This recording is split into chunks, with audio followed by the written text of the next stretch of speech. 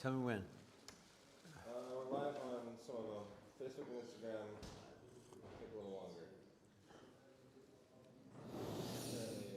Instagram doesn't cooperate today. There we go. Did you get through? Yeah.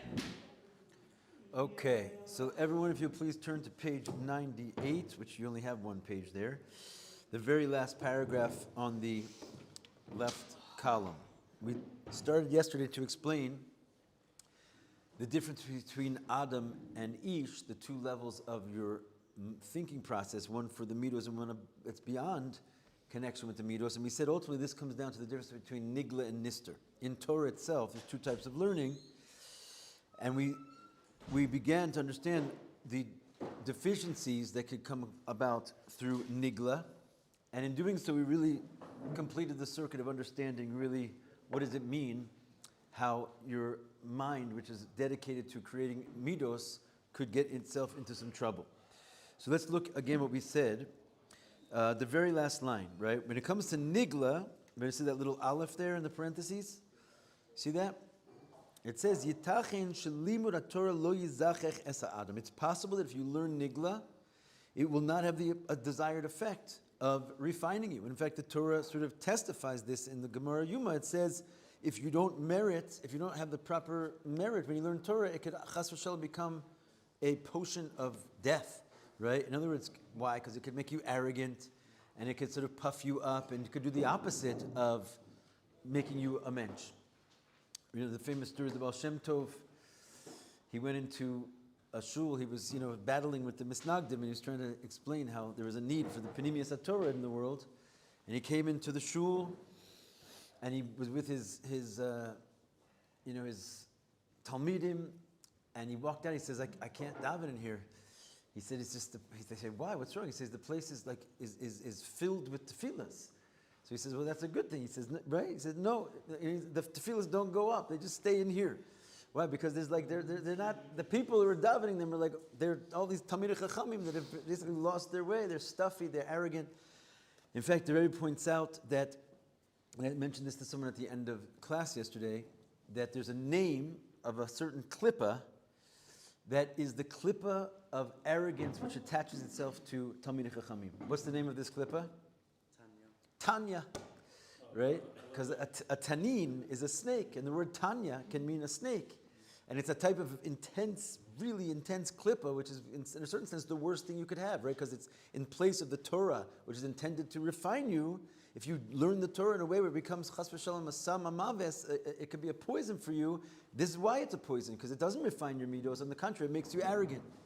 So the Alter Rebbe wrote the Sefer Tanya and called it Tanya because it is the antidote to this particular klippa. When you learn Chassidus, as we're going to see, it doesn't have these drawbacks that you could walk into with nigla. In any case, what is this reminiscent of?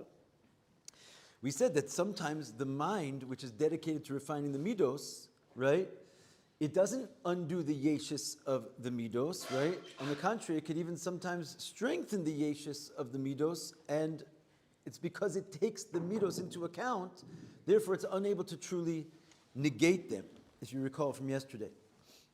The second issue is, and not only that, remember we said even a further thing, that sometimes the midos can actually bribe the intelligence and make your intelligence skewed because they're so close to each other that you essentially wind up not only accepting the hashpah from the intellect and refining you, but actually manipulating the intellect to justify your bad behavior. And so too, the Torah, chas v'shalom, chas v'chalila, it could be used in such a same way, right? That because you're a Talmid Chacham, therefore you have the right to put this person down, etc., etc. Okay, the second issue, which could come about with nigla alone, base. I don't think we did this one yesterday yet, right? Even if it's going to work for you, everything's going smooth, swimmingly, you're not becoming arrogant. On the contrary, the Torah humbles you. We did say this. You still remain in your basic nature, right? But it doesn't completely change you. We used the analogy of basically training the animal, but not going out of your animalistic self. You just become a well-behaved and a docile, happy animal, but you're still not become godly. And why is that? You're learning Torah. Why can't it make you godly? Shekein gali the Torah hari niten lo, because the revealed parts of the Torah, Hashem contracted them to speak in the language of man, or even more particularly in the language of the Nefesh Bahamas, right? It talks to you on your level, which is, again, it's like preserving your own sense of identity and self. It doesn't speak to you a language which totally is out of your box and negates you and makes you in a state of wonder. It's on the contrary. Hashem is dumbing himself down, as it were, to speak in the language of man. And therefore, it's intended to be yikabla besichlo. It's intended to come into your intelligence. It doesn't really defy your intelligence, the nigla of Torah. On the contrary, mash enkein pinimiyas Torah, and this is where we got up to yesterday. Not so when it comes those two issues, you can have a pass when it comes to learning pinimiyas Torah. Aleph, mashpia sof kol sof al kol mi shalom edasa. At the end of the day, it's impossible to withstand its effect upon you. Like we said before, the nigla, you might block it out, or worse, you might corrupt it.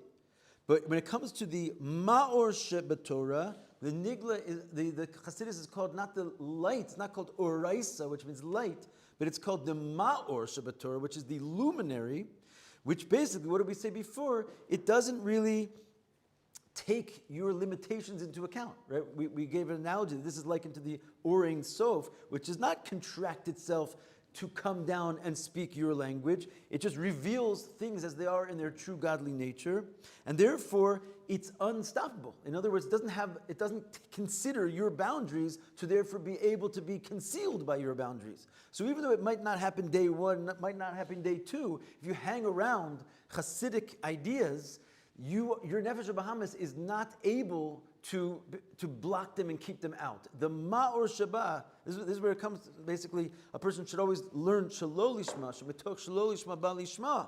A person should always learn, it says, not for the sake of heaven. Because if you come to learn not for the sake of heaven, you'll eventually come to learn for the sake of heaven. And the answer is because the Ma'or Shaba, the luminary in it, will return you to good.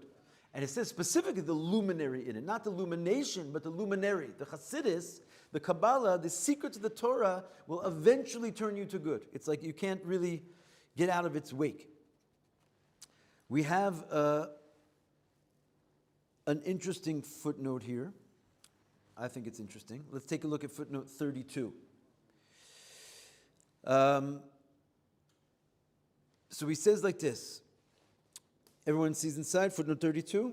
Okay, he says, Al pi zeh, this is kind of like a little deviation in the Gemara, where this whole conversation about man is like a tree is brought. He brings us back to that page of Gemara. And he says, according to what we just said, that the luminary of the Torah will bring you back to good, it will for sure eventually lead to refinement. We can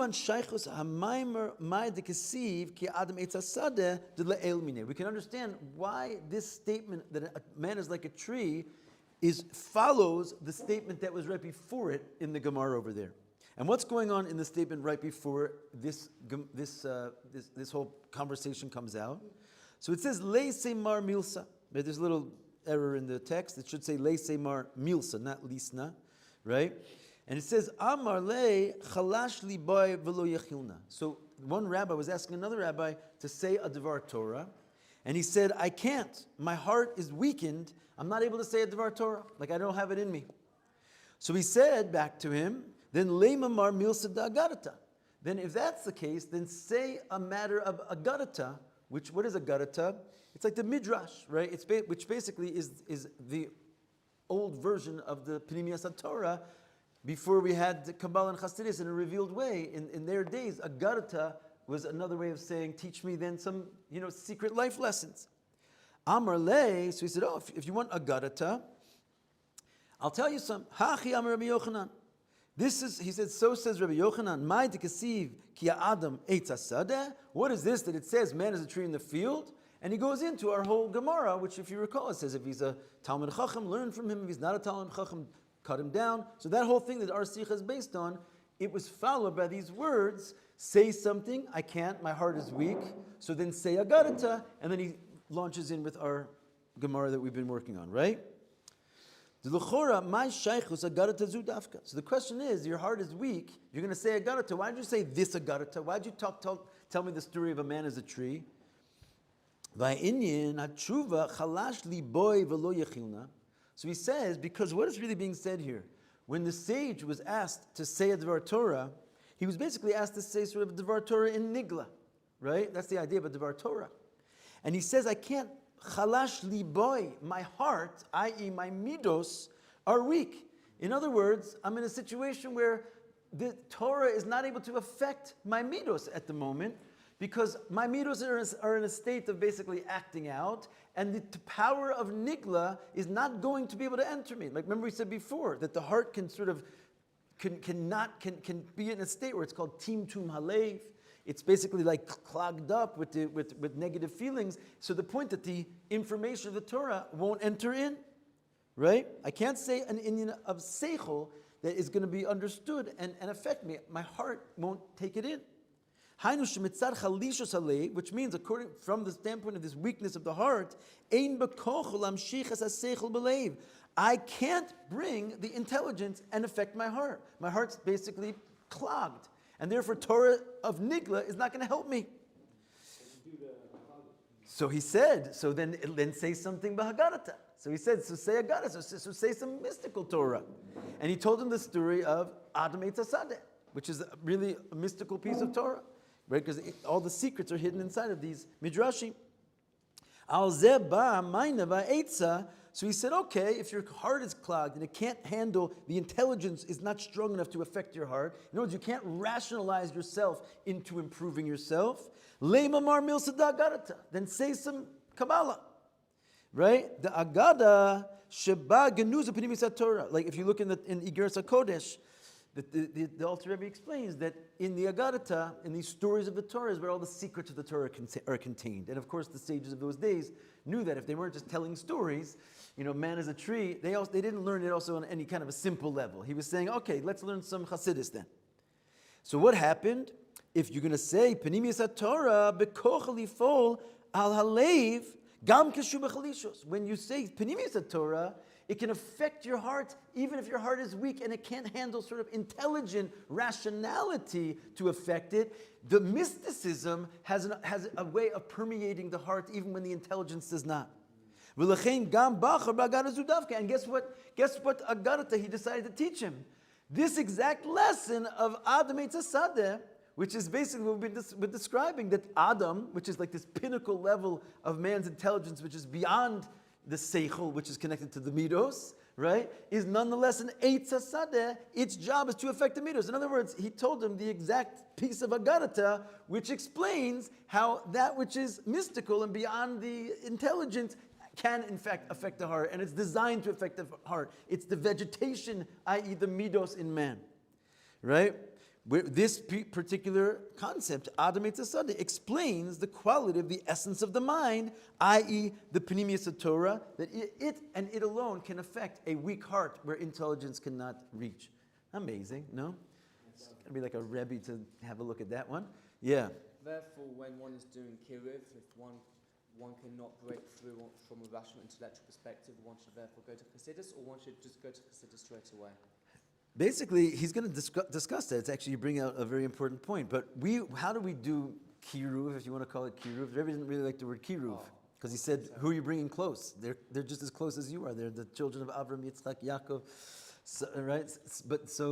But whatever it is, hafatza samayon chutza. What do we call kiruv? We call it spreading Chassidus, right? So yeah, when you encounter a Jew that you're trying to move him, obviously the intelligence of the nigla of Torah hasn't really reached him, right? That's the whole point of what a secular Jew is. He's basically been convinced by either his household or his school or his country, the civilization, that, a real intelligent person wouldn't believe in all this nonsense. So the only way to get to him is by opening his heart to the mysticism of the Torah. This is basically why the Rebbe leads with Chassidus, right? He puts it on every page. You don't really find Sfarim of the Rebbe dedicated to Pilpulim and all that. In the midst of his Farbrengens, which are basically Hasidic Farbrengens, you'll find unbelievable insights into Nigla. But it's all cloaked in basically a mystical conversation, right? That's how the Rebbe leads. That's our generation's leader, giving us obviously that instruction to do the same. So fine. Back inside the text, right? First and foremost, we said the Pnimius Torah, because it's the luminary, it's going to affect the heart, right? Even when the intelligence failed. And secondly, if you see inside, it says, base, mezacheches es ha'adam, b'ofen shu yotzi me'ateva matziyah shelo. Besides being able to reach an otherwise clogged heart, it also does more than nigla, even when the heart is open to nigla. Why? Because as we said before, nigla only improves the animal. It doesn't make the animal stop being an animal.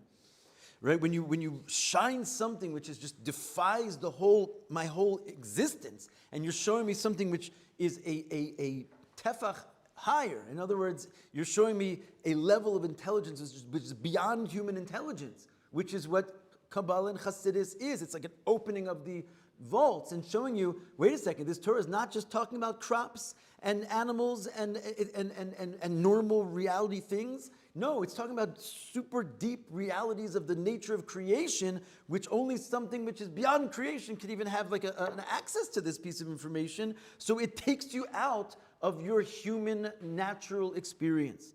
Not only does it improve your midos, as nigla does as well, but rather it changes the nature of the midos, that you can actually stop just being a very sophisticated animal. You can become an actual godly person, that you love God from a perspective which is not about you. You go out of the nature of self. This is the second quality of Chassidus. Yes, sir. You were talking yesterday about like the novelty of the talking bird, right? Yeah. How it's like the fact that this rock is able to serve God, this animal is able to serve God, is like that's like the chiddush, that's like the point. Right. But with that being said, Right. it seems like it would make more sense to learn nigla alone and delve. But what if the bird not only said Shalom Aleichem when you came in, as a talking bird, like trained itself to not be pooping in the cage, but speaking, even though it's not real language that it understands? What if this bird, Taka, started talking to you, like the donkey of Bilam, right? It's still an animal, but you've almost changed the nature of this animal. It's literally like understanding Elokus. It's even more of a chiddush. In other words, that's a real present you can give to a king. This bird doesn't just talk. It'll like explain physics to you, right? It's a bird. So this is what it means. You can change your entire being. You're a human being. You're now like understanding the divine realm. It's called going completely out of yourself. It's even a bigger chiddush for the king. It's a better talking bird. It's still a bird, right? But it's an unbelievably sophisticated talking bird. It's like breaking the simulation. Yeah. It's like that's the ultimate goal. Yeah. Yeah. I know like this is not what the Rebbe is recommending, but can you kind of pull from this that you should only study Chassidus and only study Nigla if Chassidus accomplishes both tasks and Nigla can go awry? The Rebbe discusses that actually in the early years in some Yud Tes Kislev for Brangens, because he starts going Chassidus and then he's like, by the way, should we learn Nigla? And his ultimate conclusion, to be honest with you, is that Chassidus is really just Nigla explained from the depths. In other words, there's no such thing as Chassidus. In fact, it's one of the important distinguishing factors of Rabbi Shimon Bar Yochai's Zohar versus all the other sages that were teaching Kabbalah at that time, including Nechuna ben Akana, who was also he wrote the Sefer Bahir, and he was considered also like mamash one of the major Kabbalistic figures at that time. You'll notice that the Nigla, the Rabbi Shimon Bar Yochai is on every single page of Nigla as well, right? Which means that his whole way of teaching Chassidus is that he used Nigla to teach you Chassidus. Because what is Chassidus is just a real deeper understanding of the Torah, and it shows you Adarabba. What is Nigla? It's nothing but Chassidus. Right? Yes, Hashem dumbed it down to the human intellect, but he didn't take away from there the secret meaning of divinity. He just cloaked it into a language you can understand. So you can't get to Chassidus truly unless you get it through Nigla. So the truth is, in a shiva like this, where we learn 3 hours a day Chassidus, 8 hours a day Nigla, whatever it is, you're supposed to be learning Chassidus all day long while you're learning your Nigla. you're realizing these are not regular words, right? This is an entire episode of Kabbalistic understanding inside of every page of Gemara. So the Rebbe basically says, why do you need to learn Nigla? Because you need the Chassidus is it needs to sit on something. If you don't, it's like a lens that this is like a lens. Yeah. But you have to be viewing something. Yeah, how can I eat the icing if there's no cake, right? In other words, but it's the icing on the cake that you're really eating the cake for. But there's no sweetness to eating icing. No one wants to have a bowl of icing, right? It's that you need the icing to go on something. Otherwise, so he says you need to learn tons of nigla because that's how you're going to have tons of Chassidus. It's in the nigla. That's where it's found. For example, it says in the Zohar, the Torah is compared to a man. A man has garments and a body and a soul, right? So if you want to know about your soul, right? One of the famous doctrines of Chabad Chassidus that the Alter Rebbe based the whole Chassidus on is "Mibsari echze Eloka." From my flesh I can see God. That's if you notice, all of Chassidus is about understanding thought and speech and limbs and blood and 613 mitzvahs. It's all about the body, basically. It's an investigation into Adam, right? So if you want to just say, I want to learn about the soul, how are you going to learn about the soul if you don't see the soul's function through the body? So the better you know the body, the better you know the soul. Now, if you just study the body, you're basically studying a cadaver. Right? Just to know the body and not realize the body is a vehicle for the soul to flow, you're mamish lost the plot completely. But if you think you're just going to study the soul, how are you going to know anything about it? The soul rests in the body, and by investigating the body, you see all the functionality of the soul.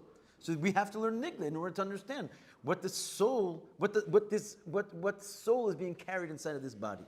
Make sense? The more, the better. Most of the day, obviously, we learn nigla, but we're not fooled by the fact that this is nigla. There's no nigla anymore. Okay, let's go on to chapter 7. What I'm going to do here, I believe, is we're going to finish the sikha right now, real quick, and then, time permitting, probably tomorrow. Do we have time? Yeah, we'll go and sort of conquer all these footnotes, which are really, really interesting. And they're kind of dedicated class to them themselves. We'll see how far we get. Anyway, he says as follows. There's two really more points that are really important. One of them was the one you spoke about. Zayin, ha'ora mikachi. What's the lesson from all of this? What's the takeaway? Yefutzu manosecha chutza. Of course, that's always the takeaway, right? That we should spread the well springs of Chassidus. Va'orahi b'shnayim. And when it comes to the spreading of the well springs of Chassidus, there's really two lessons. And which come from two naysayers, right? Two complainers. The Rebbe had to deal with a lot of people's opinions arguing with his mission. Like any good leader, he's going to put everyone on a mission and sort of define a new goal for our generation, which quite frankly was a diversion from what people may have done before. He's going to get kickback, right? Was that kickback? No. He's going to get pushback. So what's the pushback? So Aleph, Yesh Hatonim. Some people want to make the claim, turning the page. L'shem ma yesh tzorech lafitz dafkes mayanos chutza. This is your question. Why, if I'm going to go do kiruv, right? Why am I going to go bring a Sefer Tanya or a Sikha from the Rebbe in my hand? This guy doesn't know anything. I'm going to start him off with the pinnacle secrets of creation.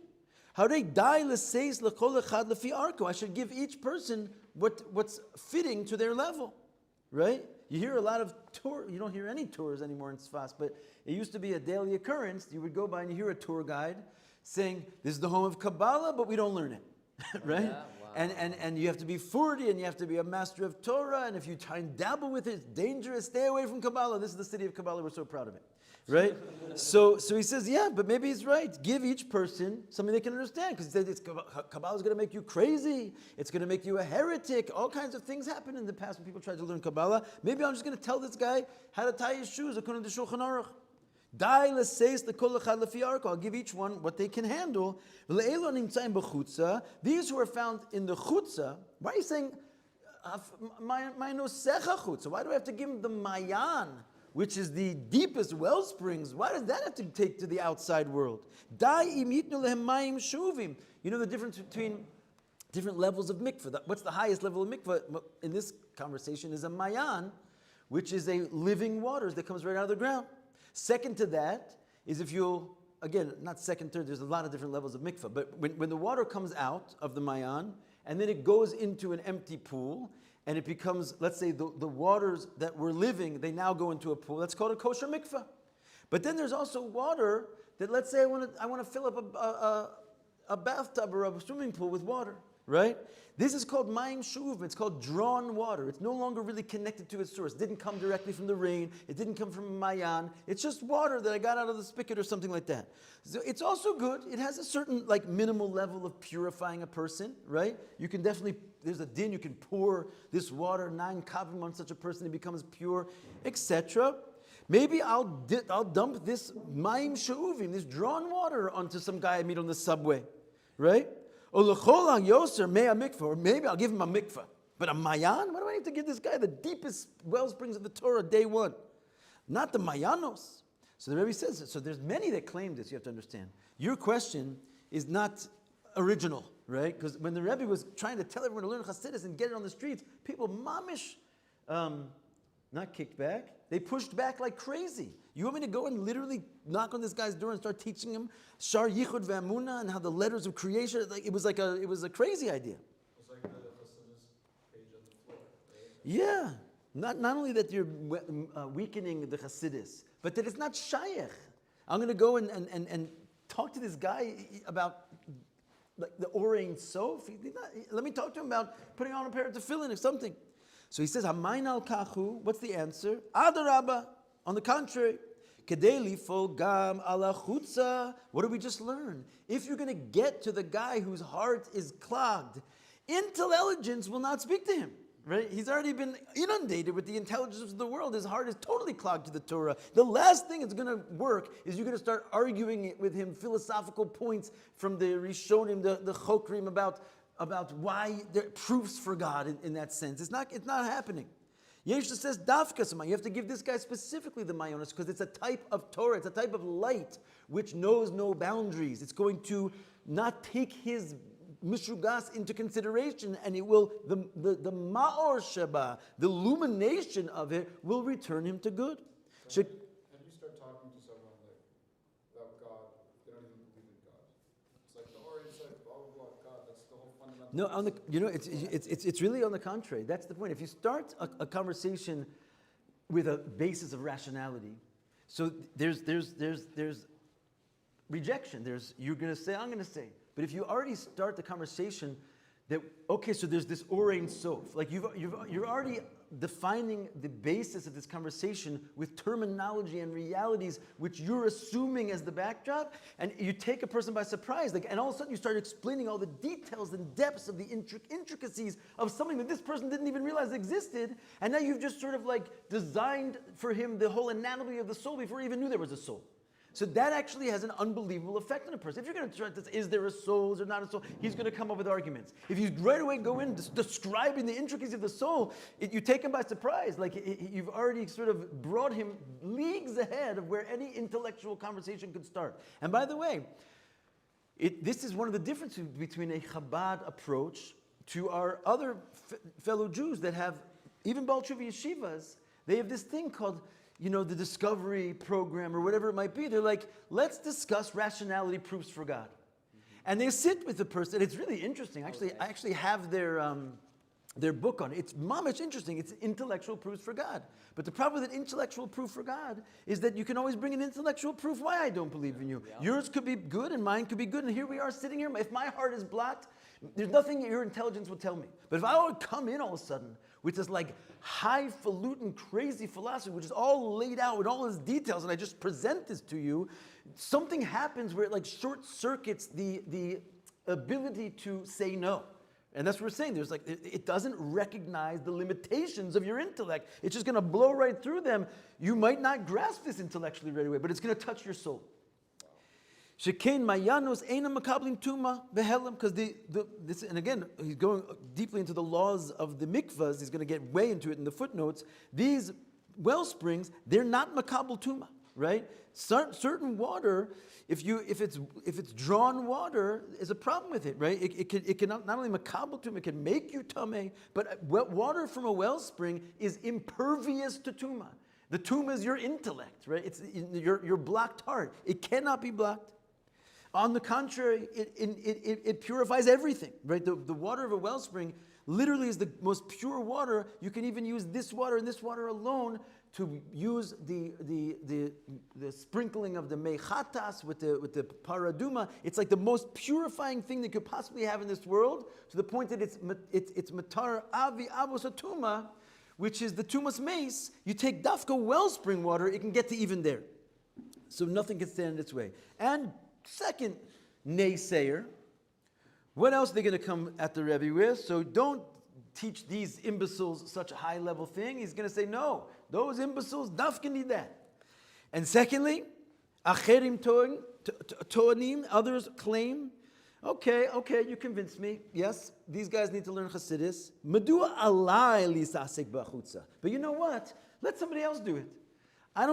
I'm good. Let me sit in my little corner. I'm going to learn my ayin base. I'm going to learn my samech vav. These guys come in and they don't know Chassidus. You know what, Rabbi? You got plenty of teachers over here. Send somebody else. I got you. They need to learn Chassidus. But I want to learn by myself and go deeper. Why do I have to get involved in spreading the well springs outside? Mutav emtza b'dalid amosai. I'll sit in my dalid amos. I'm learning your mayanos. I'm all in. Why do I have anything to do with the chutzah? Why are you sending me into the streets? And the answer is, only by you spreading them outside to someone else outside of you. In other words, that you're going to specifically find some person whose heart is clogged and you're going to be the one to bring it to them. That's how they become ma'anosecha chutza. Because what does the pasuk say? Or what did Mashiach say to the Baal Shem Tov? Which means they're your mayanos. There's such a thing as a mayan, but if you want it to be your mayan, the only way to make it yours is if you spread it to someone else. If you keep it to yourself, guess what you're going to have? You're not going to have any mayan. The mayan, the deep secrets of the Torah, become yours only when you spread them to someone else. And without that, when these waters, these purifying waters come upon you, they're not going to stay with you. You won't actually be able to maintain your ma'or, your panemius, of this intense effect of these purifying waters. It will not have its effect on you because you don't really have them unless they come out of you into a lower place. As it says, that, and this is like sort of the finale, at least before we get to the footnotes, this is the whole purpose of the entire Sicha. Ki Adam eitz hasadeh. Because the tachlis of the etzem haseichel, what is the purpose of the trunk and the roots? If it doesn't make fruits, if it doesn't spread itself to the outward world, cut it down, which means you don't have a tree unless you have fruits. So if this intellectual peak does not actually go and produce something outside of you, you don't have it yourself. And thus concludes the body of the Sicha. Right on time. Yes.